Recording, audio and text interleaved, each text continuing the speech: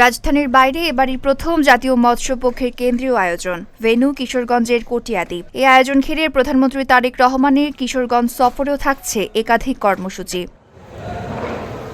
সফরের শুরুতে পাকুন্দিয়ায় পুরাতন ব্রহ্মপুত্র নদে মাছের পোনা অবমুক্ত ও বিতরণ করবেন প্রধানমন্ত্রী। পরে কটিয়াদি কার্প হ্যাচারি কমপ্লেক্স পরিদর্শন করে আচমিতা জর্জ ইনস্টিটিউশন মাঠে জাতীয় মৎস্য পক্ষ 2026-এর উদ্বোধন করবেন।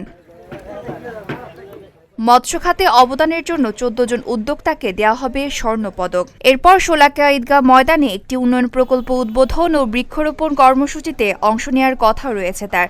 বিকেলে পুরাতন স্টেডিয়ামে ফ্যামিলি কার্ড বিতরণ, বিভিন্ন অনুদান এবং ধর্মীয় প্রতিষ্ঠানে কর্মরতদের সম্মানী প্রদান কার্যক্রম উদ্বোধন করবেন প্রধানমন্ত্রী।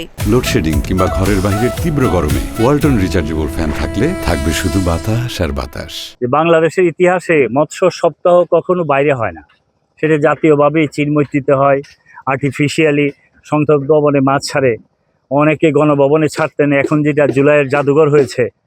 আর তারেক রহমান সাহেব একমাত্র এক্সেপশনাল মানুষ, যেই মানুষটা চেয়েছেন যেই জেলাতে সবচেয়ে বেশি রূপালী মাছ চাষ হয়, রূপালী বিপ্লব হয়, সেই জায়গাতে উনি যে মৎস্য চাষ করবেন এবং মৎস্য চাষিদেরকে উদ্বুদ্ধ করবেন যাতে করে এই জাতিকে মাছে বাতে বাঙালি এই যে শব্দটা ছিল সেটাকে স্লোগানে পরিণত করে স্বনির্ভর করে দেওয়ার জন্য বিভিন্ন ওয়ার্ড, ইউনিয়ন, পৌরসভা, ওয়ার্ড, থানা কমিটি, অঙ্গ সংগঠনের নেতৃবৃন্দ সবাই এই অনুষ্ঠানকে সফল করার জন্য দিন রাত পরিশ্রম করে যাচ্ছেন এবং আমি সার্বিকভাবে সকল প্রস্তুতিতে আমি সন্তোষ প্রকাশ করছি।